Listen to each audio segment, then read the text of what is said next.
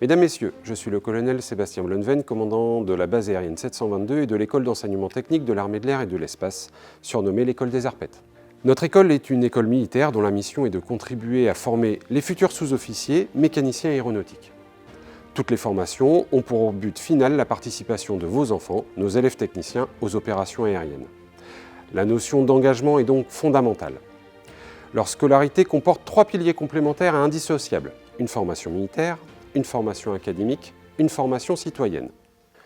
Ce parcours est long, exigeant et passe par différentes étapes. Le ETAE n'est que la première étape d'une formation qui va emmener nos élèves techniciens vers des écoles de spécialisation et principalement, pour 80% d'entre eux, vers l'école de formation des sous-officiers de Rochefort. La dernière étape de cette formation est leur intégration dans les unités opérationnelles de l'armée de l'air et de l'espace. Le haut niveau d'exigence requis par les opérations aériennes est enseigné dès le ETAE. Cette exigence se concrétise dans l'excellence des résultats obtenus au baccalauréat.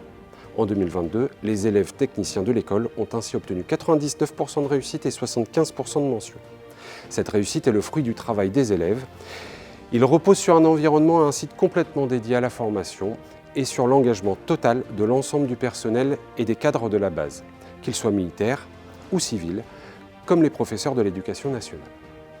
Il s'équilibre entre l'apprentissage militaire, l'entraînement sportif, la formation académique en classe et sur les plateaux techniques, la formation citoyenne.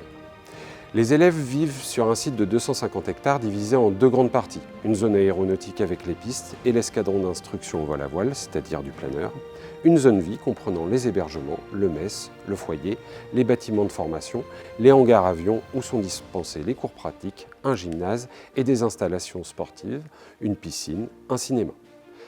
Cet environnement est conçu pour la réussite et l'épanouissement des élèves.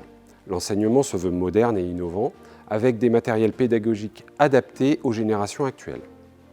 Les élèves techniciens sont sous contrat en tant que militaires du rang. À la fin d'une scolarité réussie, ils se verront automatiquement proposer un contrat de 5 ans au sein de l'armée de l'air et de l'espace. Étant militaires, ils perçoivent une solde qui varie en fonction du grade détenu. Il y a des départs possibles de l'école.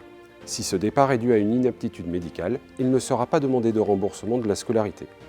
En revanche, le départ se fait avec remboursement des soldes perçus en cours de scolarité, en cas de demande de départ par les représentants légaux ou l'élève lui-même s'il est majeur, des résultats scolaires ou militaires insuffisants, un comportement de l'élève inadapté aux valeurs de l'armée de l'air et de l'espace et de l'école.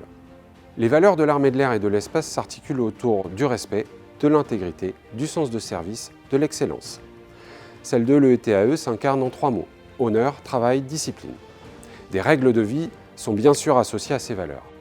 Ces règles sont formulées dans 2 textes fondamentaux: la charte de l'élève technicien, le recueil de traditions de l'école.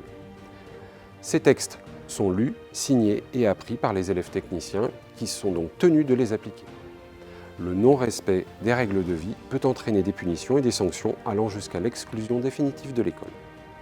Elle s'étale sur 2 ans pour les élèves qui entrent en classe de première, 1 an pour les élèves qui entrent directement en classe de terminale. Elle aboutit à la délivrance d'un certificat militaire à l'issue de la formation militaire, d'un baccalauréat technologique, général ou professionnel.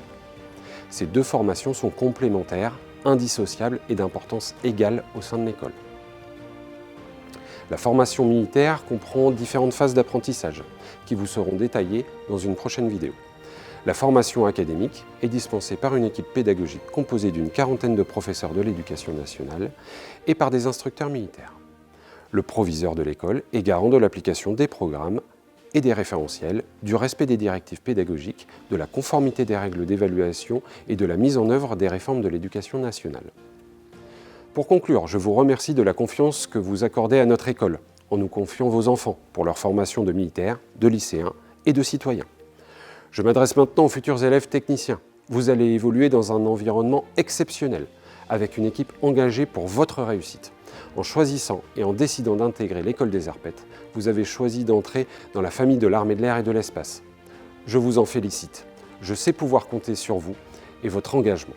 Je vous souhaite la bienvenue au sein de l'école d'enseignement technique de l'armée de l'air et de l'espace et de la base aérienne 722.